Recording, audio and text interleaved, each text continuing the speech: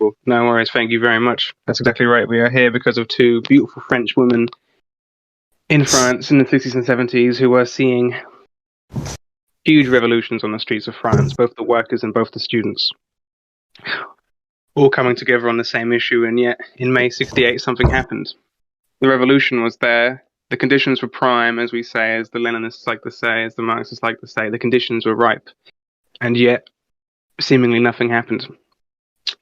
And a few philosophers, the post-structuralists, the postmodernists, wherever, the philosophers and the Marxists, the post-Marxists, to write in the 70s and 80s, are all in their own way responding to this issue, May 68. What happened? Why did the revolution arrive? And how come it so catastrophically failed? That won't be the topic too much of today. We want to keep optimistic, keep it to Nietzsche, to Deleuze. Not so much to their response to May 68, but yeah, there's the good context there. Thank you very much, Penthouse. What happened in May 68? What happened in France? Why are we here now?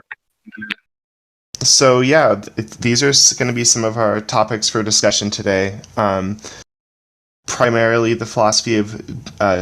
everyone corrects my spelling or my pronunciation on these philosophers, but I'm going to pronounce them the way that makes sense to me. Gilles Deleuze, Felix Guattari, Hegel, Friedrich Nietzsche, among others. And yeah, the dialectics, rhizomes, negation, affirmation, reactive, affirmative forces. We're going to really get into it, hopefully. So, but yeah, why? Yeah, sorry. Yeah, the real nitty gritty, the dialectic and the rhizome, the two texts. You don't have to have read the two texts. They're in the notes and resources. They are the two main texts, which is Deleuze's Nietzsche and Philosophy, specifically the chapter against the dialectic, but we'll be talking about what Nietzsche does for Deleuze overall, more than just the specific, what we call the anti-Hegelian or the anti-dialectical aspects. We're talking about all the other positive, productive aspects of Deleuze's Nietzsche too. And then how we think, and this is something that I thought would be a great smooth transition, but it might not turn out so well. It just depends on how we do today. How the concept of the rhizome, which some of you may have already known about before, some of you may be hearing it for the first time, doesn't matter. We'll be going over it from the beginning, from the top, from the beginning of A Thousand Plateaus, how this concept comes out of the philosophies of Deleuze and Guattari, what that means, how we use it. With the example here, we've got our last essay, Negative Maps, Batman and Avatar, but you don't have to have read that. We're just going to be referring to it sometimes because we think it makes an obvious point where we want to connect these two concepts, both the Hegelian dialectic, which don't worry, we'll go over what that means, how we use it, and the Deleuzian concept of the rhizome. Marxy said this earlier, it's not so much that we want to talk about the opposition between the two, that it's a fight, that it's actually like dialectics versus rhizome, or in other terms, arborescent or tree-like versus root-like and multiple. It's much more so, as Deleuze likes to say, a matter of style, a matter of choice, a matter of preference. And this is definitely what we get out of Nietzsche, and what we'll get into, the idea of values, value systems, and transvaluation. This idea of looking back through history, looking at truths, epistemes, systems of truth, and evaluating them, judging them against their contexts, against the people that use them, against the ideas that they withhold. And in this case, we want to look at how Deleuze reevaluates Nietzsche, the original transvaluator, and what we get if we once again philosophize with a hammer. That is this idea that comes out of Nietzsche's Twilight of the Idols. You don't have to have read that. You don't have to have read any Nietzsche, actually. Hopefully we can just try and get the concepts out so that they're understandable.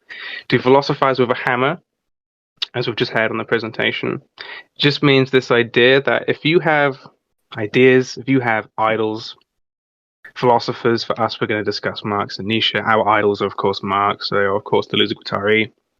To philosophize with a hammer is not so much what Marx has said in his text, the ruthless criticism of everything. Nietzsche does give off this vibe that his philosophy is purely a destructive project, to look at Greek philosophies, to look at the history of Western philosophy, to say, oh, it's all theological, it's all Christian logic, it's all slave morality, therefore we should be done with it. Really, Deleuze's Nietzsche And what we do think is a much better interpretation of Nietzsche overall is this idea of the philosophizing with a hammer, which doesn't mean to destroy, to smash, to remove dogma at every point, although it is entirely anti-dogmatic. It means to check for the soundness of that which we are critiquing. To philosophize with a hammer is to knock and to check to see if the thing we are discussing, the thing we are critiquing, is hollow, if it really has nothing to it, if it is what you call reactionary, or if you're a Marxist, it would be what you call bourgeois, if it just doesn't weigh up very well, if there's not much to it and not much that you can get out of it, or if you can feel something to it, a soundness, something inside, something worth taking out. This is very key to what Deleuze extracts from Nietzsche, what you'll find in all of Deleuze and Guattari's philosophy. Specifically, they mention this in their book, What is Philosophy? They say, those who defend the vanished concept, that means those who critique and just destroy, those who just critique and leave it at that. Those who defend the vanished concept without giving it the forces it needs to return to life, that is to say, without to critique, without going, well, actually, let's extract, there's some good here, to saying to throw the baby out with the bathwater. We just want to throw out the bathwater. We don't want to throw the baby out with it. Those who defend the vanished concept without giving it the forces it needs to return to life are the plague of philosophy. So they take this Nietzschean part very seriously. If you do want to critique, absolutely, we are very much all for critique. We are Marxists. We believe in the ruthless critique of everything. But to just ruthlessly destroy value systems, logical systems, processes, concepts, without philosophizing with a hammer, without checking for sound, without panning for gold, to get rid of the gold with all the dirt, it just makes no sense. And this is something that will drag along through this entire lecture, this idea that we are discussing the dialectic, we are critiquing the dialectic, not to destroy it so that there's nothing left, to completely annihilate it, but to sieve for the gold that we can find in it. Like with Marx does with Hegel. Marx absolutely hates Hegel. If you read any text of which Marx talks about Hegel, it's not nice. It's never nice. In fact, he thinks he completely reverses Hegel's entire philosophical system. He says Hegel's whole system is on its head. It's the wrong way around. Hegel's good, he's got it all. He's got this historical phenomenology down, but he's got it all messed up. He's got it all the wrong way around. He's an idealist. We'll talk a bit about this in a moment if you like. He's not a materialist. He's gotten lost in the world of ideas. Really, we should be talking about the world of things, of materials. Oh, damn. Yeah, Mark's coming in. Marx and Nietzsche go together quite a lot. You'll see that. Well, we won't do so much Marx today. We're definitely trying to keep the focus on Nietzsche, but there's a lot of similarities between the philosophers Deleuze looks at, the minor philosophers, as he calls them, Spinoza, Nietzsche, and Marx. Awesome. That's good history. Thank you. Well, hell yeah. Well, like we say, we're not here to ruthlessly destroy Hegel. Not in the same way that Marx does anyway, but we do listen to it, and we will go over what it is that Marx does to Hegel, specifically what Feuerbach does to Hegel. It's very similar to what Nietzsche does. It's essentially the atheist materialist turn as we see it. We see the dialectic back in Marx. It's not like Marx hates Hegel so much that he gives up on the dialectic that we'll speak about today. He instead goes, it's on its head, let's reverse it, let's make the dialectic materialist. Let's not destroy it completely. We want to pan for the gold. We like the logic behind it. We like that it recognizes contradiction, process, becoming, difference. But the priority for Marx is not that we see this between pure consciousness in ideas, and this is the Hegelian thing.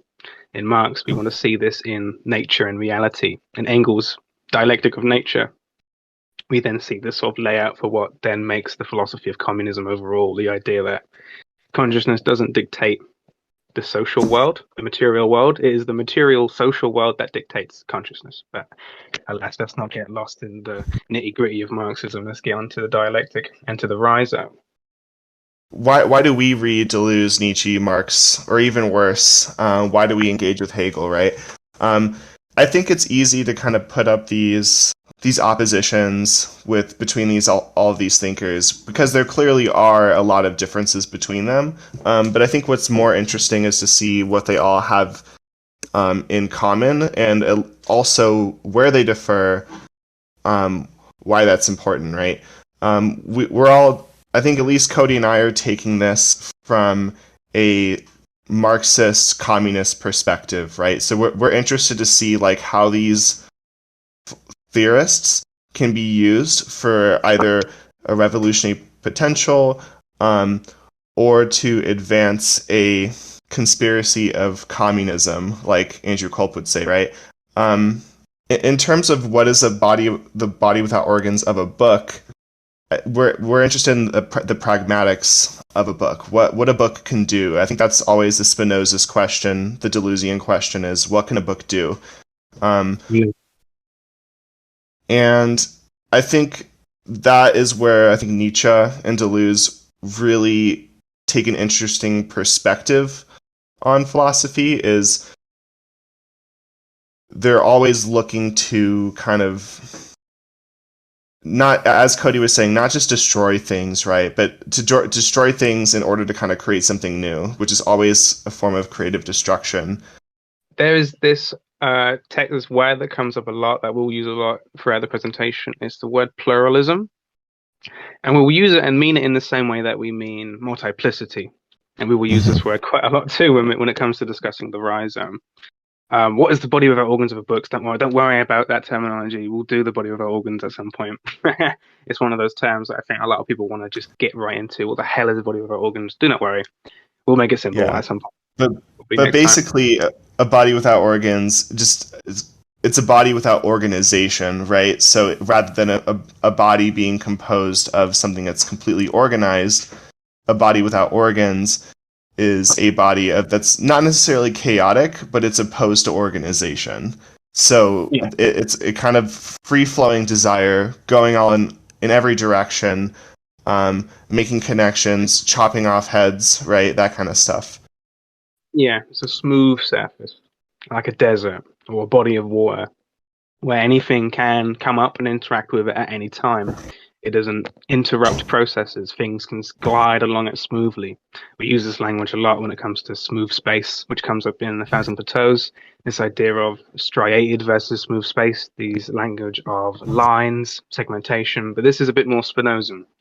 If we have time at the end, we could definitely do the Spinozan aspect of A Thousand Plateaus, of Deleuze and Guattari.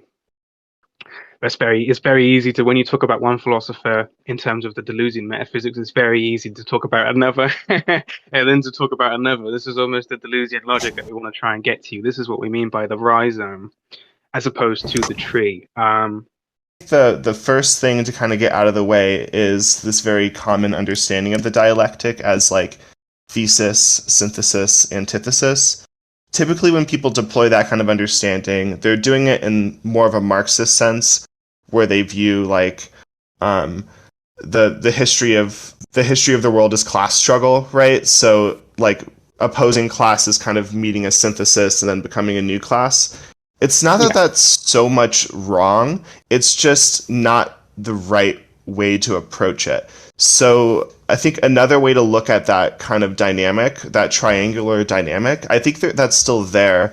But it's more about that contradiction is what constitutes. Contradiction is what moves history, and contradiction is also what constitutes what we see as a thing, right? Absolutely. And you can't really escape contradiction either, right? So I think like there's this understanding that like, oh well, we'll move from feudalism to capitalism and then to communism, which is free of contradictions. Like no, that there's still going to be some sort of a contradiction existent or latent within any kind of thing, because there's always going to be difference within a thing, right? I think sorry. Absolutely. Yeah, I think the question is more what kind of contradiction is it? I think that's the more interesting question, right? Well, yeah, absolutely. There's the contradiction between things. If we take the triangular example, that's a perfect way to say it. It is a perfect triangle. Thesis, antithesis, at the top, the higher unity, synthesis. If you lay it out like this, you see that there's an obvious contradiction between the thesis and the antithesis. This means an idea and the idea's opposite, or the idea's contradiction, the idea's negation. This is a word we'll get into a little bit as well. The synthesis being the higher elevated form. But this is something we see in the Platonic dialectic. I'll go over that in a second. What we want to talk about here in the Hegelian dialectic, which Marx does kind of take back to the Platonic. Sorry, I'll talk about that in a second. There's this whole thing with idealism and materialism I don't want to get into, but it's very one of those important grounding bits when you get into Marxism. It's very important that you get into what is materialism, especially when you do Deleuze and Guattari. It's good to know what a materialism is. But it's the idea that there's not just contradiction between ideas, between things, but there is contradiction within things at the same time as well. So our thesis will have within it its own antithesis, and antithesis will have within it its own thesis, and the same goes for the synthesis. The synthesis won't just be a perfect, what they call sublation. In German, the word is Aufhebung, which means an overcoming, a kind of a getting beyond, a leveling up, but at the same time retaining something key, retaining something essential. There's a lot of Aristotle in Hegel. Hegel's a big Aristotelian. Not by name, but by concept. There's a lot of this language of universality, particularity, substance. All of this we see in early Greek Aristotelian philosophy. Substance, this essential thing in Aristotle, substance means that which doesn't change in a thing when the form changes. For instance, what is the substance of water when it becomes ice or when it becomes steam? The substance is that which remains the same, even though everything else about it has changed. Water is not the same as ice. Water is not the same as steam. But at the same time, there is this sameness to all of them. So while they're all respectively different, unique, individual, they're also at the same time carrying the same essential thing. In Aristotelian philosophy, we call this the substance, and we continue to call this the substance even up to Spinoza and up to Hegel. Hegel's a big Spinozan too, definitely. He even says, you are either a Spinozan or not a philosopher at all. And I think we in Deleuze take this idea very seriously. We love Spinoza. I can't wait to talk about him properly one time. But back to Nietzsche. What does Nietzsche have to say about all of this, right? About all of this contradiction, all of this dialectical thinking? Nietzsche's point that Deleuze wants to bring up, the anti-Hegelianism that Deleuze says runs through all the course of Nietzsche's work, is this idea of contradiction, this idea of negation, as what we call slave morality, or in other terms, what we call reactionary, as opposed to active, in itself, as opposed to for itself. And this is then some very nitty-gritty Hegelian language. Basically, what Nietzsche wants to say is that the more we focus on this specific logic of contradiction, of negation, of difference between things, things being isolated in their relation to one another. Oh, a really good image of the dialectic, by the way, probably a really obvious one would be the yin-yang symbol.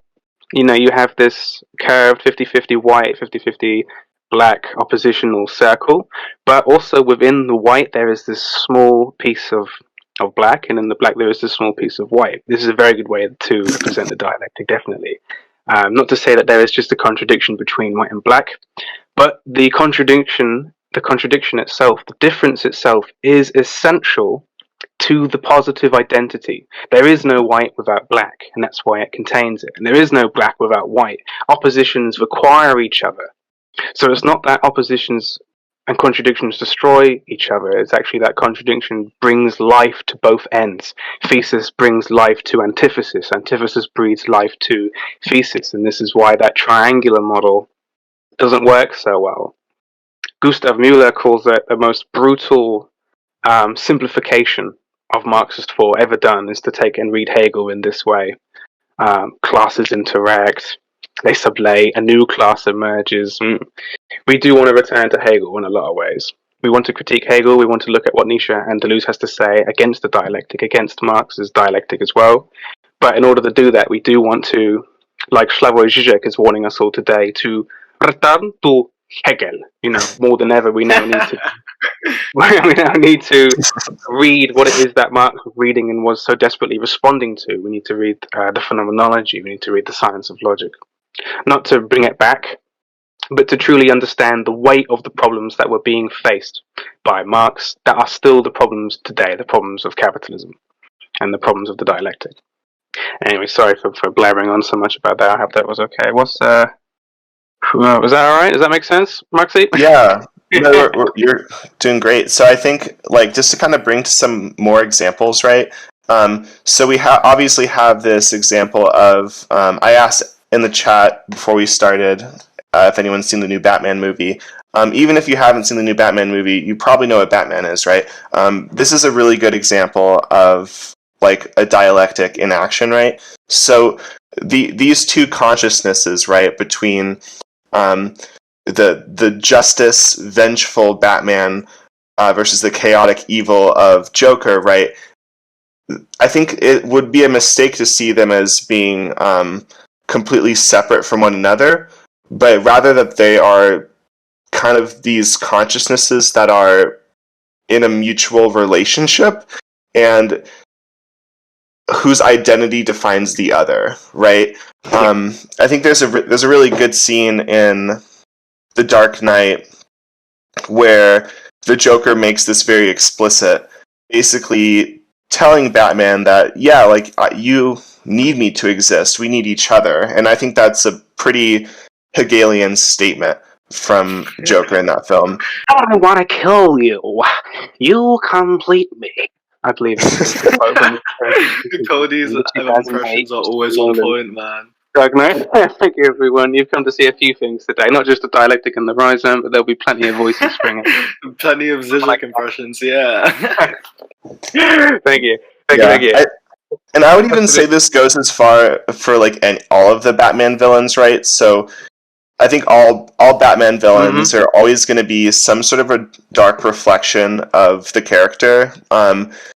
Tim Burton's Batman movie is really interesting, because like the one with Danny DeVito as the Penguin, fucking amazing, honestly. But like you see like the Batman with the Penguin and Catwoman all kind of paralleling each other in an interesting way of these like kind of like psychotic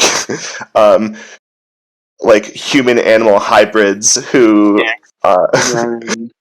who like are rejected, imperceptible, you know, like nobody really takes them seriously, but at the same time like they kind of like run this, like they're kind of like run the city in different ways, right? I think the important part for like all of this is that the Hegelian statement there is that their contradiction that's spurred from Gotham in particular, like not even necessarily between themselves, right? But there's also this like third element of like the world that's also creating these contradictions is what's constituting their identity between each other. So I think in this example, if we're looking at like the master-slave dialectic, Batman would be the being for itself, or actually, it depends on however you want to look at it, right? In a given scene, the Joker as a kind of villain that holds all the cards could be seen as the being for itself here, right? Because all of his decisions are basically causing Batman to react in tandem to what the Joker does. But in other instances, you can kind of see that dynamic flip. So it's not so much that like a dialectic is like very stable. I think it's even more chaotic. It's the fact that a dialectic isn't stable and that identity does change pretty sporadically. Oh wait, just to kind of like, oh yeah, I was just gonna ask because we're like talking about like pretty much like contradictions here. Would you not think that it kind of like perpetuates that kind of hegemonic rooting of like binary opposition, and it denies like nuance to the actual idea of like, you know, like this is what's good and this is what's bad, and you know, like the reason we read Hegel is because he kind of gives it to us like this idea of like, you know, like these things rely on each other, but you don't think that like this whole sort of gray area that's within like contradictions and these juxtapositions, you don't think that like there's anything more there to be kind of talked about, it's kind of denied within that? We have a Nietzschean among us. Absolutely. No, not at all. This is the key core of Nietzscheanism, or what we might call French Nietzscheanism. Now, a lot of these philosophers, a lot of these postmodern, post-structuralist philosophers get this specifically from Nietzsche, this reading of Hegel, that what Hegel does is also called phallogocentrism. So not just this idea of the binary, this idea of reliance on one thing on another, rather than a thing simply relying on itself and on the multiplicity of forces that exist. This is exactly what Nietzsche is trying to do already when he says that. We might as well get into it. When Nietzsche is saying that negation, he says this in the genealogy of morals, it comes up in the Against the Dialectic chapter of Nietzsche and philosophy, that negation is the weak, pale, contrasted image of affirmation, of multiplicity, which is to say that when we see a contradiction, we are making a huge mistake. When we see negation, when we see destruction at its purest, we are making a huge value error. Actually, what we are seeing is the production of multiple forces at once. We're not just seeing one thing and another thing battle it out. We're actually seeing one thing that is truly multiple forces at once. You know, Batman is not just Batman, he's also the technology that powers him. He's also the money and the funding, the bourgeois element, the Bruce Wayne element, you know, the Lacanian, in the new film, this whole thing, that the Riddler is like, he says something, oh, no, wait, no. Spoilers? No. Yeah, look. No. Spoil the new one for people that haven't seen it. Well, you could say that he's vengeance. He's the shadows, right? And it's not just the. I think there are these positive traits in kind of combination with the negative traits as well. But I think, right, is that kind of what you're getting at? Yeah, the French Nietzscheanism is this element of deconstructing binaries is what we see in Foucault. It's what we see in Derrida, what we call Derridian deconstruction. We see it pop up a little bit in Heidegger. Heidegger just calls it deconstruction, which is where Derrida gets his deconstruction from. Sartre does a little bit of in the critique of dialectical reason. Sartre does this too. He says that the dialectic is really a myth more than a pure logic, a total logic, an absolute logic. It is a story which can apply to situations as a lens. We can view things with the dialectic, and this is also the very Nietzschean point. The dialectic is a value. Logic is a value. Negation, contradiction, these are values, which means you can make the choice to use them. You can make the choice to view things in this way, one thing against another, Batman versus the Joker, or you can instead give life to the rhizome, which is the multiplicity, the pluralism, the multitudes, the assemblages. All these terms come up in D&G. You can see all the different varying active forces that are actually going on in the world. This is also what we just call empiricism, to see things in the world as they are, to observe, not to try and see the more idealistic points behind them. Oh my god, look at all the difference in this. Look at the processes in it. We just want to see what is actually going on, how many things are going on, and to choose, to philosophize with a hammer, to choose selectively what it is that we want to pay attention to and how it functions. We're not afraid of the dialectic. My god, we're okay that Marx wants to remain a dialectician. But the Nietzscheanism and all this is to say, okay, but when and where do we want to use the dialectic? When is it useful? And when do we need to say, to put it down, to philosophize with a hammer, to check it for sound? Yeah, it's good.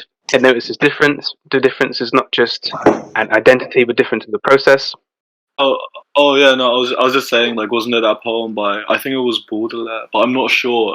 It was basically calling, like, I don't know, I read this ages ago, but he was basically saying, like, growing up is realizing that everything is, like, a lot more complex than you think. And that statement by itself it's quite a big one, because, you know, like, a lot of people, they move to university and they realize, like, oh shit, I don't know how to cook clean, you know, it's like a lot more complex than I thought, and things like that. It's like the same thing with, like, moral behavior and things, essentially. So do you think, like, by the time we're children and we're kind of developing our consciousness and, you know, like, these axiomatic presuppositions with the way we view the world, do you think that like it usually comes to us as this binary thing of, like, this is this and that, you know, there's no in between? Do you think growing up is realizing that, I mean, not growing up, just like seeing the world a bit more, is realizing that things are a lot more complex, you know, it's like it's full of contradictions, everything is overlapping and whatnot, you know? This is definitely the logic of the rhizome that we want to introduce. It's not that dialectics is wrong. It's not that binaries are inherently wrong. It's not that we want to say that all binary systems are by default, by the logic of being binary, are therefore wrong. It's that we want to say, well, there's not just this one absolute binary. In fact, we can see binaries everywhere. We see dualisms everywhere. We see dichotomies everywhere. The classic the classic dualism of Descartes, which influences a lot of today contemporary, what we call continental philosophy, French and German, this idea of a separate mind and body. And it's not like we want to say, well, this dualism is inherently wrong because it's making, it's binary, it's saying mind is completely distinct from body. We want to say, well, okay, how useful is this? What does it actually do? What can we do if we say that the body and the mind are separate? What can we learn about each individually? And also, what do we learn if we get rid of the binary? Or if we flatten out the distinction and bring mind and body onto the same plane of consistence? Can they do more? Can they do less? What if we bring in other things? What if we bring in the language and logic of the binary between machines and humans, or machines and subjects?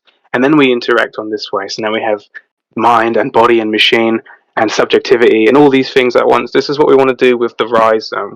Let's talk about the master-slave dialectic, perhaps. That Hegel means in the phenomenology of spirit, or the phenomenology of mind, by lordship and bondage, or self-consciousness, how consciousness emerges. The history as a process emerges. And this is the underlying logic that we see in phenomenology. This is the underlying logic that we see in Marxist thought. And it's also one of the key underlying principles of the psychoanalysis of Jacques Lacan, which is important if you like, for instance, Slavoj Žižek, or post-Frankfurt School thinkers, post-psychoanalytic Marxists, Freudian Marxists like Marcuse, Adorno, Horkheimer, a few individuals. We all, in our own way, discuss the master-slave dialectic. Here we've chosen Fanon. Fanon is a good example of a post-colonial thinker, of a Nietzschean Hegelian. Because once again, whilst we're discussing the Nietzschean critique of Hegel, it's not so much we are destroying Hegel with Nietzsche, we are philosophizing with a hammer. We are checking Hegel for sound. Yes, Nietzsche says if you look at German idealism, if you look at Hegel and Schelling, in German idealism, sorry, I'm going to ramble on so much, there's four key thinkers: Kant, Fichte, Schelling, Hegel. Doesn't matter so much. All that matters is in this period of German idealism, we start with transcendental idealism in Kant. Das Ding, the thing in itself, an object, an essence out there, which responds to Plato. Plato's essence, the one, the form, it's out there, it's ideal, and it's not in the material world, but it shapes the material world. We see this again in Kant. The thing in itself, which we can never reach, but in our failure to reach it, produces what we experience as phenomenal reality. Hegel takes this idea, this transcendental idealism, and makes it absolute with Schelling. Makes it immanent, makes it reachable, where das Ding, the thing in itself, pure essence, whatever, is not just out there, isolated from us, and we're always striving, struggling to reach it, alienated from it. But the way in which we actually interact with it shapes it, and by shaping it, in the same way, shapes us. As he says in the preface to the Phenomenology of Spirit, the true or the whole as not only subject, but also substance, and vice versa. The absolute not only as substance, but also subject. So das Ding is a process, and so are we. We as subjects are in constant process, in constant movement, and so is the world that we interact with, whether it be the material world, this is the Marxist view, and this is the materialist view, or whether it be in the world of pure consciousness, in the world of ideas, and this is the classic German idealist or phenomenologist view. Shall we get into master-slave dialectic and Fanon? Jerry, the master-slave dialectic comes up in the second chapter in a specific section of Hegel's, not his magnum opus, but definitely one of the most essential texts you'll probably come across in continental philosophy, also one of the most difficult, other than Anti-Oedipus, for us, the most essential text, and at the same time, one of the most unreadable. The Lordship and Bondage Self-Consciousness, Master and Slave Dialectic. It's all about how does consciousness emerge. Now, once again, there are many translations, interpretations, and readings of this. Like I said, this is important for Lacan, this is important for psychoanalysis, phenomenology, Husserl, Heidegger, because there are so many different interpretations. The most important being Alexandre Coheve, one of the first translations of Hegel in France, who taught Althusser, Bataille, Lacan, Merleau-Ponty, so lots of big philosophical names in France, all reading the Master-Slave Dialectic. Wait, who taught them, by the way? What's the name? Koheve. K-O-J-E-V-E. I don't know if I'm saying it right. I think it's Kojev or Koheve. K-O-J-E what? V-E. Okay, thank you. And the other translation is the Genesis and Structures in Phenomenology of Spirit by Jean Hippolyte. Now, Hippolyte teaches Deleuze. And a lot of this Deleuze and Hippolyte stuff also carries on into Foucault. So there's a lot of Hegel that underpins all of French thought, is what we're saying. Whereas Zizek is in a way right. Zizek is saying that we haven't yet escaped Hegel. some Marxists may say, oh no, wait, we are done with Hegel because we've got Marx now. Marx has cleared the table. Dialectic materialism, all good.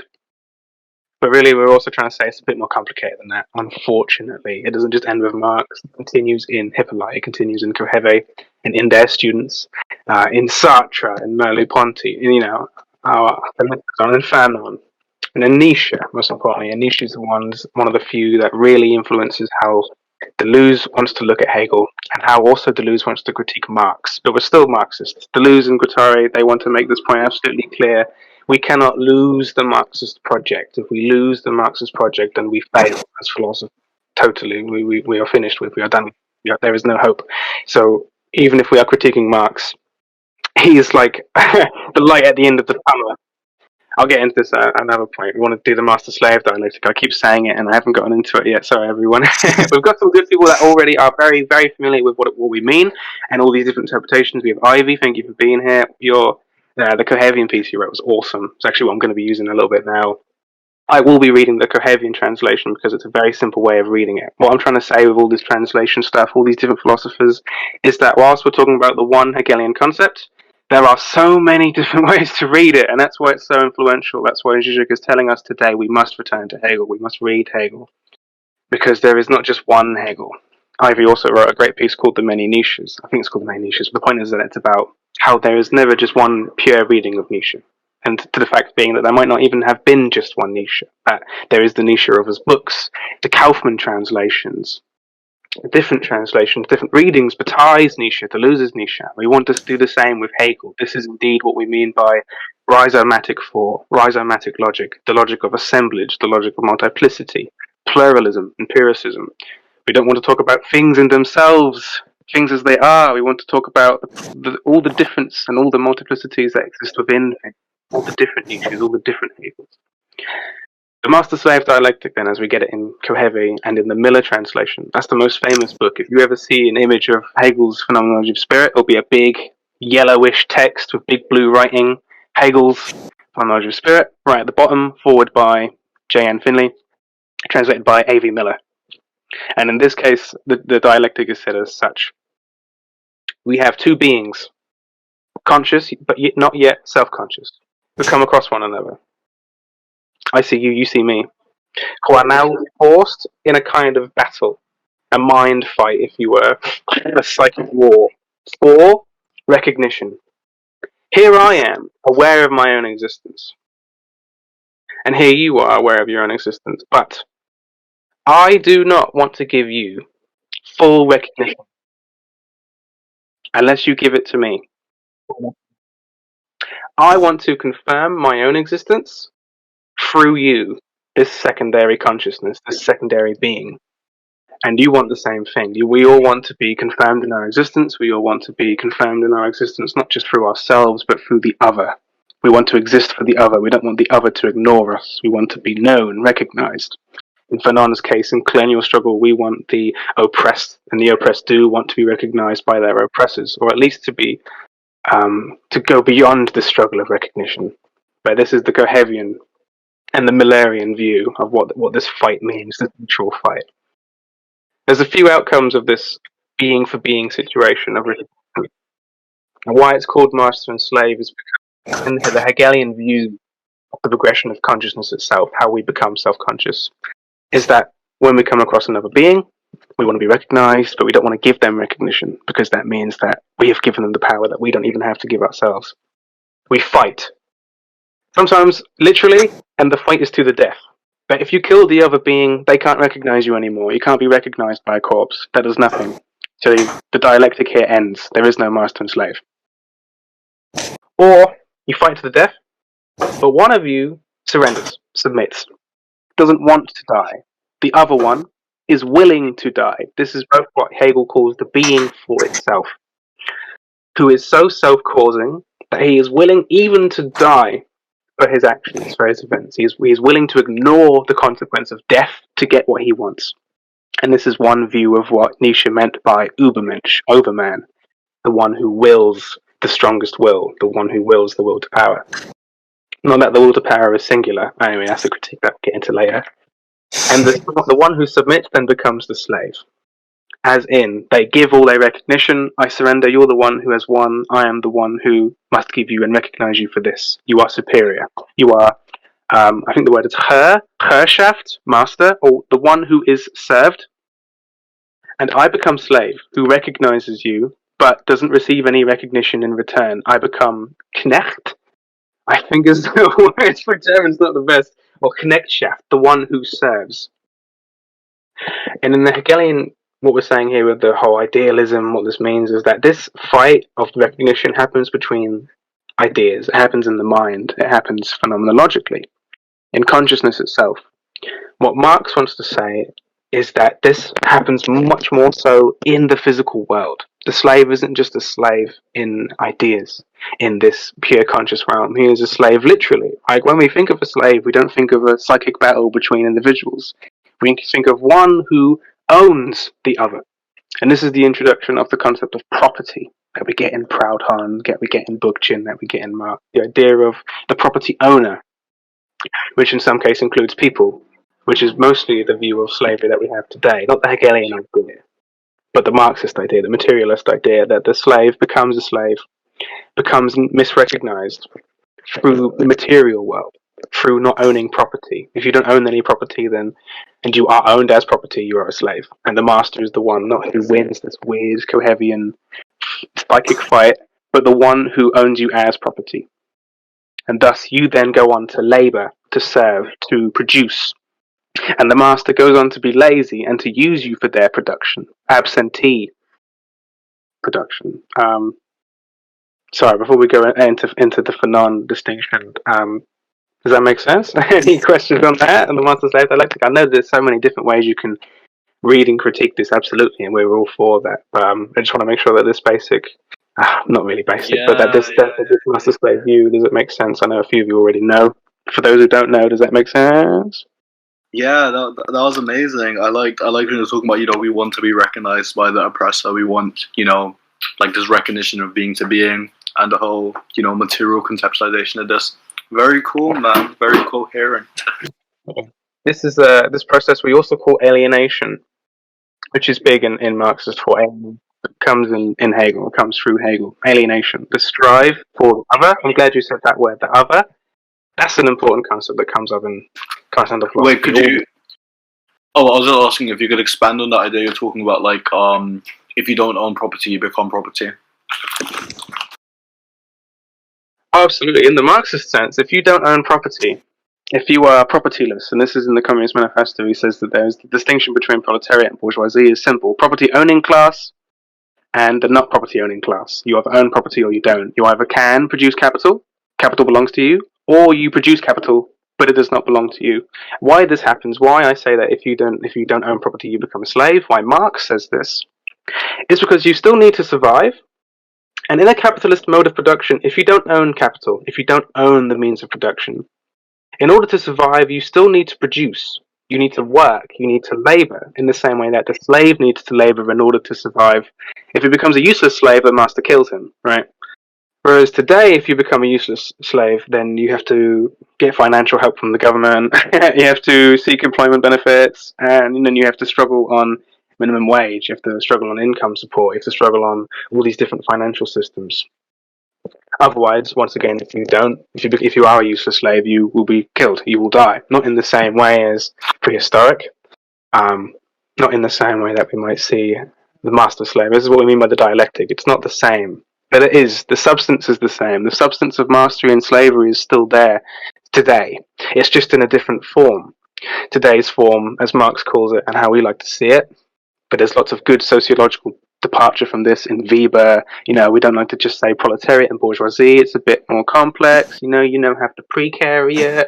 You have different types. Does Marx talk about?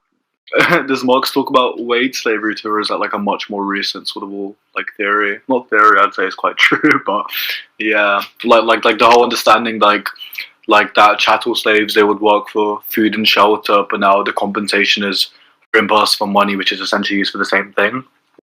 Yeah, the free market. The free market brings with it the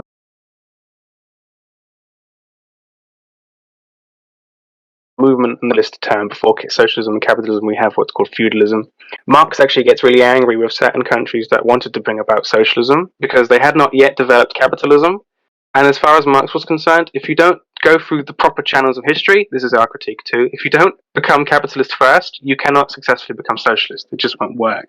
You need to progress through the proper means, through the way, through that progress, as far as Marx was concerned and as Engels were concerned, the way that progress naturally happens. Nietzsche is nothing if not our best unnaturalist, our anti-naturalist, our anti-essentialist. There is no nature to speak of, and there is no singular history to speak of either. And even this is quoted back in the Frankfurt School thinker Walter Benjamin, in his really short text, if you can read it, it's very short, the Thesis on Philosophical History.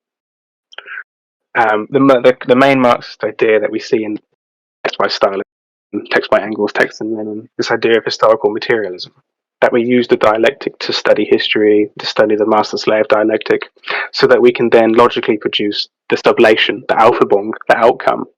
You know, if we get rid of property as a whole, then we get rid of the distinction between master and slave, between property owning and property producing, not property owning, bourgeois and proletariat. Walter Benjamin wants to say, well, look, this is good. This is right. You know, historical materialism, that's good. It's good that we look back to try and find the retroactive processes that lead to today. But, and this is where the famous image of Paul Klee's, the famous painter's Angelus Novus, this crazy, I don't know if it's surrealist, it's like Dadaist or something like that, this painting of an angel, it's a horrible drawing, it's like a child drawing of an angel with huge eyeballs, like it's just in some crazy shit. And he describes the painting as being blown back, its eyes fixated on history, like the Marxists, their eyes absolutely fixated on history, trying to work it out, trying to see how events lead to cause and effects, how things come about. But it's looking backwards and being flown forwards, being blown away into a completely radical and open future. And this is the takeaway that we want to get, not just from Walter Benjamin, that we see in Nietzsche and that we see in Deleuze, is that while we discuss the dialectic, while we discuss history and materialism, there isn't just one. It would be a mistake to think that we have found it, the absolute, as it's called. This is the main postmodern Nietzschean critique of the absolute, that there is just one essential unity, a univocal, a single voice, a single substance. We are pluralists. We are rhizomatic. Have we gotten to the Fanon bit yet? Okay, I was gonna say, can we get the image of the rhizome up so that we can? We could move on to the Deleuze and Nietzsche critique, or we can go direct to the rhizome. Do you want to do Fanon? Shall I finish up Fanon? It's only the point really with Fanon is that we are still using the master-slave dialectic, but we're using it for this colonial aspect. So not just class struggle between property and property owning, but also racial struggle.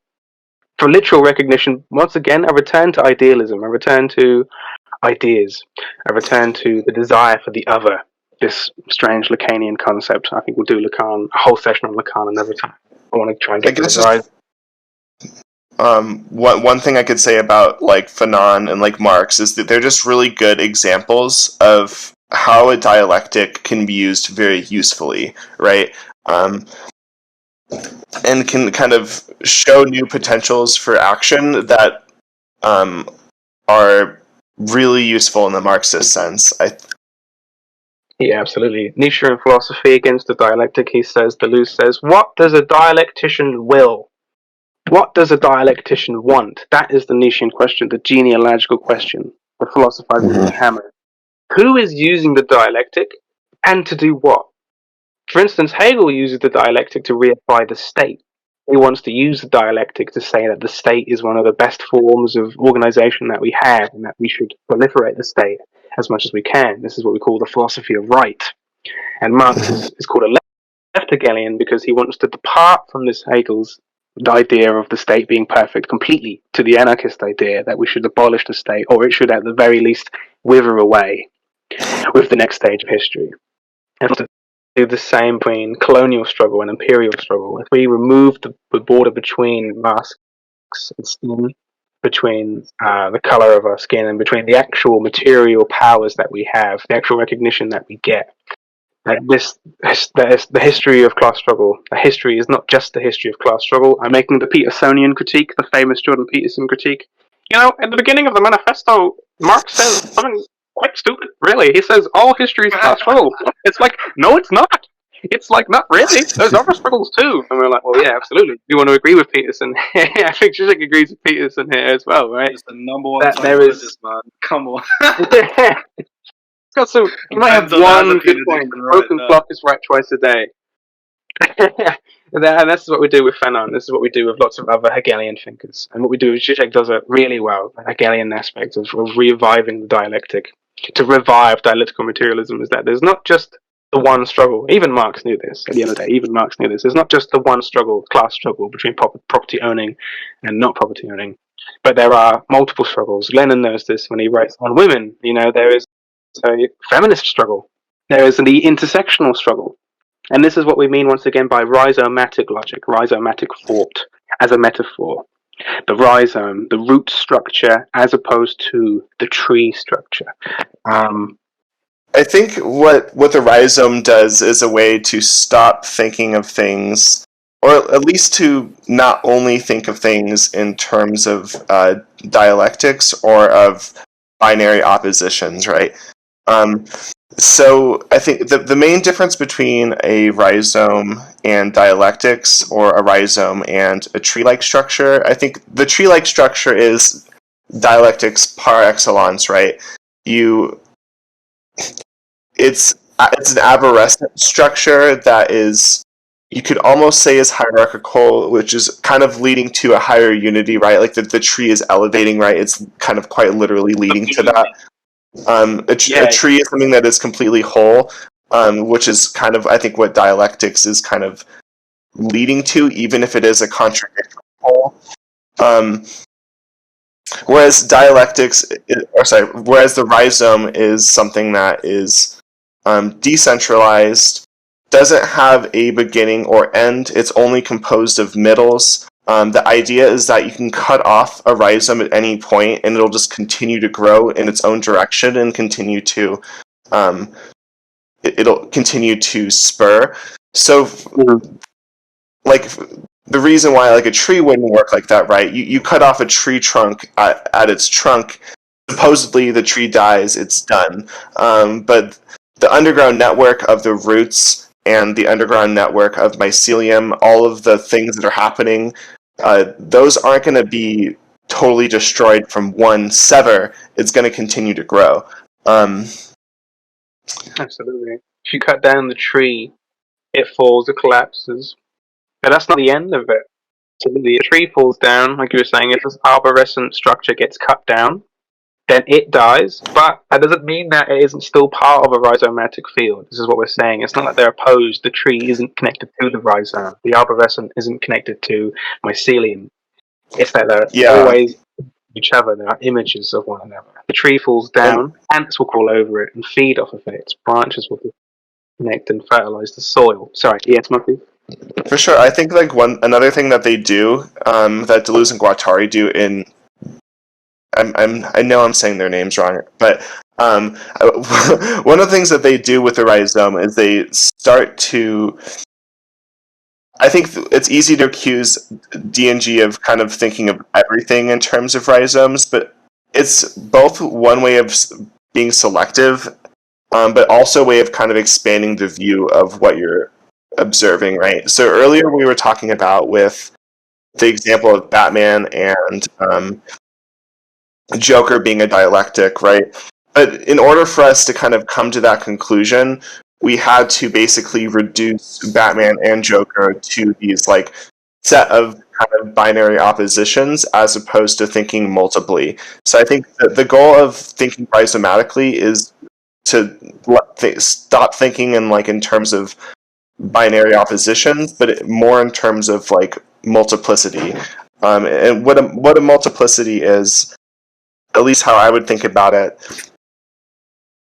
is to see how different bodies that are not necessarily the same body connect to each other to form a new, different form of a body, right? Yeah, absolutely. How Once again, this is something we're going to keep repeating. It's not so that the rhizome is out here to destroy the idea of binary, the idea of dualisms, the idea of dichotomies. The rhizome is a lens, a concept that you can add on top. There's a beautiful Yeah. image in the next slide of how the dialectic looks like. If we were to understand the dialectic as a network, and this is definitely what we want to do, we want to get into network thinking. There is a huge movement just before Deleuze-Guattari of cybernetics. And this is why Moldbug was brought up in the TCIUs. The Cultural Cybernetic Research Youth Philosophy had a big overhaul when it comes to its language of technology and towards its language of machinery, especially with the Industrial Revolution. This image here at the bottom, if you can see it, of a tree diagram network where we have a movement, a single stick, which moves, splits in half, becomes two. Those two then become another two and another two. This is the tree model. For instance, you see it in genealogies or family tree models where there's, two at the top, and these two have multiple kids, and these multiple kids have their own multiple kids. This is what we call an arborescent structure, a tree-like structure. There is a clear top and bottom. If you cut a branch off, the whole thing disappears and dies. If you cut it at the bottom, at the univocal point, what we call the high unity or the base unity, the genetic axis, the origin point, all of it will die with it. All of it falls and departs with it. It's like to say that there is one super binary that if you remove, all the other smaller, minor particular binary systems go with it as well. If you get rid of this one super dualism, all the other little dualisms go with it as well. Whereas next to it, you can see this mess, this clump of lines that are curved, that have all sorts of shapes that merge into one another, where it becomes almost impossible to distinguish where one line starts, where one root starts, and where one root ends. Like, it's impossible to start with one and to follow it all the way through. This is the rhizomatic structure. Marx said you see it in mycelium, in the underground structures of biology, of plant life. Mycelium absolutely has purely rhizomatic structure. It's also, I think they use the ginger root is their classic example. How ginger sprouts roots is exactly like this, heterogeneous. At any point can attach to any point, and it's all singular. And connective is point one of the 1,000 Plateaus chapter about the rhizome. Any point can become another point of connectivity, and there is no bottom. If you see a field of grass, could you tell where the grass and where the field of grass ends? Or is it more like a plane, a surface, where there is no specific base, no specific top and bottom, but a series of middles that can continue to spread, to grow out, like weeds, like grass, as opposed to having a single structure, a single base, univocality, like a tree, where if you cut it down, once again, you lose all of it. You lose the whole system with it. This is the metaphor, the biological metaphor. There are so many in 1,000 plateaus. Each plateau is essentially taking a concept from a field, the rhizome biology, black holes astronomy and physics, signification in Lacan and structuralism and linguistics. And as they say in their seminars, it's Paris 6, some special like philosophy university in Paris that all the big headers went and taught at, like Lacan, like Foucault. They say Deleuze-Guattari never ever used metaphors. Quite a strange thing to say, because this whole situation seems metaphorical, right? Like we're not talking about rhizomes literally, right? We're not talking about literal roots. We're talking about philosophical roots, right? We're talking about family trees. These aren't literal; they're metaphorical, right? Well, Deleuze-Guattari want to say no, not at all. Each situation where you pick up a concept and use it in another, where you take up a concept, where you take up a minor word and you take it and put it in another system, you are literally transferring it across. You are stealing a word from one place and putting it somewhere else. And this is also what we mean by rhizome, by rhizomatic growth. One point can attach to any other points. They're not dialectical. They're not completely separate from one another, and their identities are formed around contradiction, opposition. Change. This was the great lesson of dialectics. Both points are within one another. The rhizome can grow from any point and along any point in between points. The rhizome is the synthesis, and the antithesis, and the thesis, and the difference in between. We want to see the negative space between ideas, between points, between material things, this negative space of emptiness, as purely productive. Where there is emptiness, there is the space for production. There is the space for new things to grow. There is a space for the rhizome to pop out, ideas to pop out, concepts to pop out, materials to pop out. A lot of the Nietzschean aspects. Negation, emptiness, is a weak, pale, contrasting image. It is reactionary. It is designed by slave moralists who resent and react against his and see themselves as impotent and unable to act in their own ways, as opposed to the master moralist. Not literally slave and master, but in terms of how they come up with their ideas, is what Nietzsche was saying. The genealogy rules. Some people see stuff in the world and react to it, and that's how they produce their own value systems. Reaction. Some just look at the world and then go about producing their own value systems based on that. Not reacting, but acting, evaluating, philosophizing with a hammer.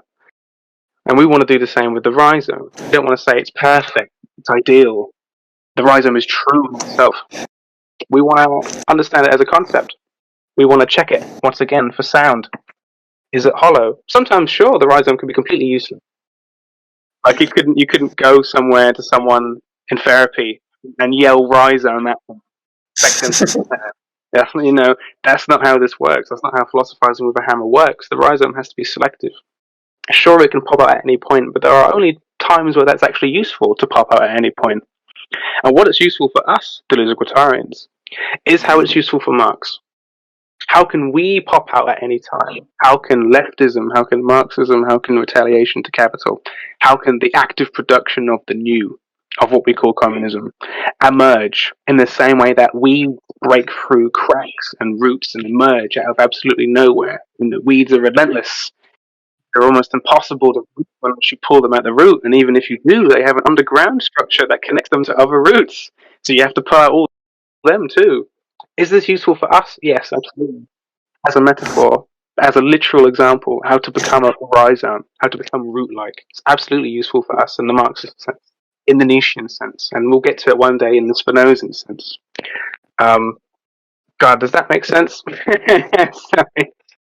I love to waffle, especially when it comes to D&G. It's my favorite waffle topic.